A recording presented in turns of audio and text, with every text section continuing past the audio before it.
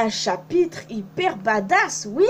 Bienvenue à toutes et à tous, je suis Marius, j'espère que vous allez bien. Bien évidemment, je vous retrouve pour ma review sur le chapitre 1009. Ouais, comme d'habitude, hein, je répète les mêmes choses à chaque début de review. Mais bon, voilà, c'est moi dont on parle, hein. Et puis de toute manière, on va pas niaiser plus longtemps que ça et tout de suite nous centrer sur ce qui nous intéresse. Mais avant de nous centrer sur le chapitre, parlons de la première page, comme d'habitude, et là, elle mérite qu'on s'attarde dessus.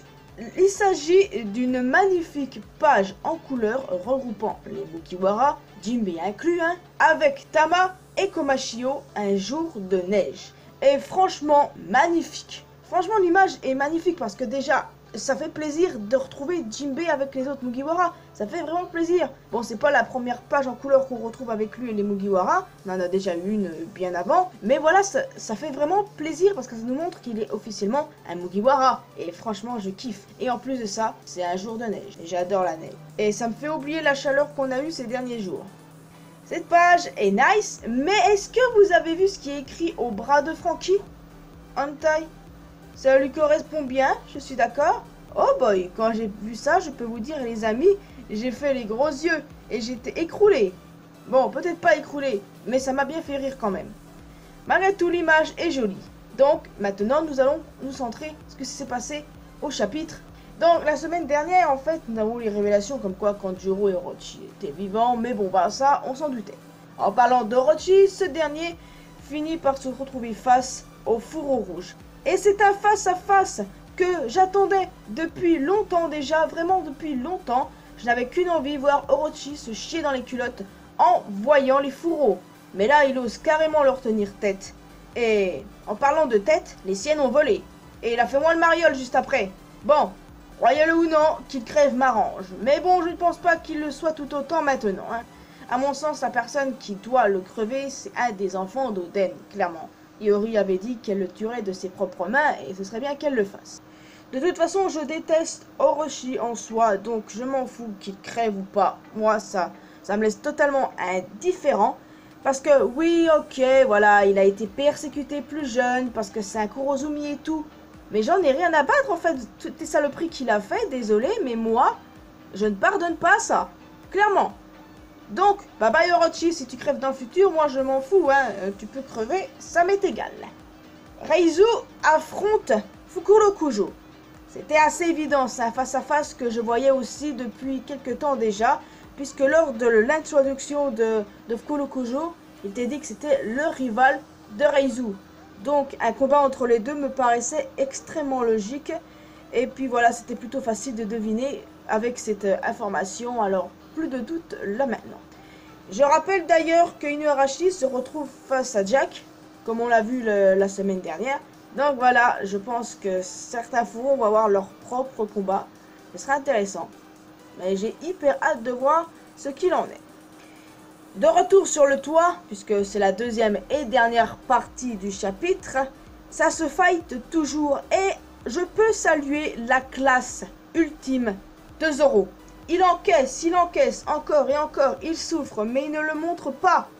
Et c'est ça qui est génial. Et c'est ça qui me fait penser que Zoro est mon Mugiwara préféré, ce depuis des années déjà. Ça ne changera pas, mais franchement, c'est vraiment mon préféré. Il encaisse la douleur, on voit qu'il souffre, mais il ne le montre pourtant pas.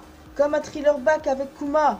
Et franchement, moi, cette étape-là m'avait donné des frissons, et là, ça m'a encore redonné des frissons, parce que voilà... C'est Zoro.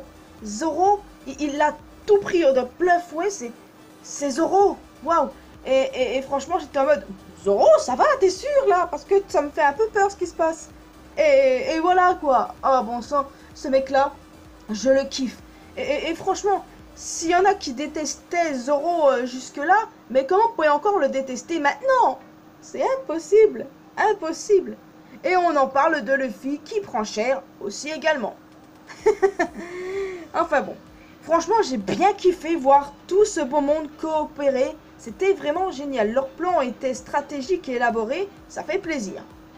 Et ils ont réussi à expulser Big Mom.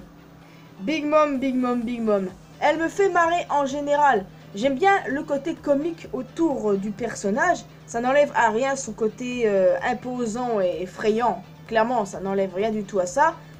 Et franchement, je me dis, bah, est-ce qu'elle va tomber à la flotte? Est-ce qu'elle va se prendre un autre coup et redevenir all-in? Qu'est-ce qui va se passer avec Big Mom, les amis? Eh bien, honnêtement, je ne serais pas étonné en soi que son équipage intervienne. Mais bon, le plan était très bien élaboré. Les deux empereurs, techniquement, seront séparés d'ici peu. Peut-être que Big Mom va tomber autre part, sauf qu'il était dit qu'elle allait tomber à la mer. Donc, je sais pas trop ce qui va se passer à ce niveau-là. Bye bye Zeus, RIP Prométhée et Napoléon. Ravi de vous avoir connus. Et je continue de vouloir, les amis, très très fort, que Zeus retourne un ami. Ouais, je sais, il appartient à Big Mom et tout, mais moi, voilà, j'aimais bien quand il était avec Nami. Donc voilà, le plan était génial. La façon dont ils ont travaillé ensemble pour expulser Big Mom, c'était vraiment super cool, les amis, vraiment. Et voilà, ça prouve qu'ils peuvent travailler ensemble. Le chapitre était génial en soi. C'est surtout cette partie-là dont il faut parler en priorité, c'est un fait. Mais il ne faut pas oublier que la partie avec Orochi et les fourreaux rouges était très intéressante aussi. Orochi qui fait son mariole qui se fait déglinguer. Luffy qui fait son mariole et qui se fait déglinguer. Non mais bon voilà, vous voyez ce que je veux dire. Luffy prend cher, Zoro prend cher, mais il ne lâche rien. Et ça c'est fort. Kid aussi a pris cher, hein. Je ne sais pas quoi dire d'autre, tellement c'était génial. Et j'adore tous ces personnages là sur le toit. Ils sont tous incroyables. J'adore Kaido parce qu'il est super stylé. J'adore Big Mom parce qu'elle me fait marrer mais qu'elle reste quand même effrayante. J'adore les membres de la pire génération parce que je les kiffe simplement. Je les ai toujours kiffés. Ça me donne trop envie de savoir ce qui va se passer après, les amis.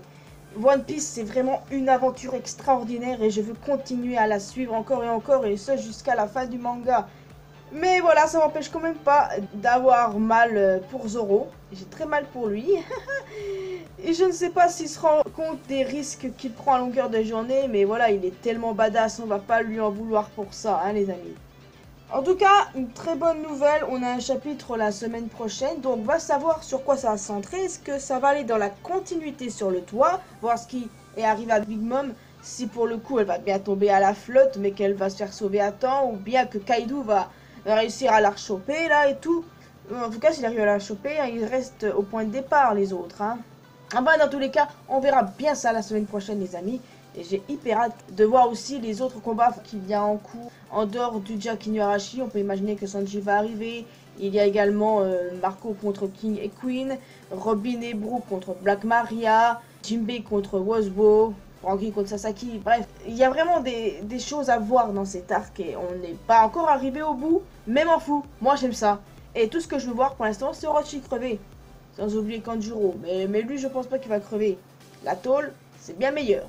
Donc on va éviter de niaiser pour rien dire, les amis. J'espère que vous avez apprécié cette vidéo. N'hésitez pas à me dire ce que vous avez pensé du chapitre, parce que en soi il était juste tellement génial. Le plan était génial. Sérieusement, comme quoi ils peuvent vraiment collaborer. Ouais bon, ça j'ai déjà dit tout à l'heure. Mais bon. Donc voilà, n'hésitez pas à me laisser un commentaire en me donnant votre avis sur ce chapitre, ce que vous voyez pour la suite comme d'habitude. Hein. Vous pouvez vous abonner à cette chaîne si ce n'est pas encore fait, et également à ma chaîne secondaire. Vous pouvez également partager avec vos amis si vous souhaitez, laisser un petit pouce bleu, me retrouver sur mes réseaux sociaux, Facebook, Twitter ainsi qu'Instagram. Sans oublier la communauté mariusienne sur Discord. C'est très important de me suivre sur les réseaux sociaux, les amis. J'y passe beaucoup de temps ces temps-ci. Surtout sur Instagram et Discord. Et moi je vous retrouve dans une prochaine vidéo. Bon bah pour la review du chapitre 1010 la semaine prochaine.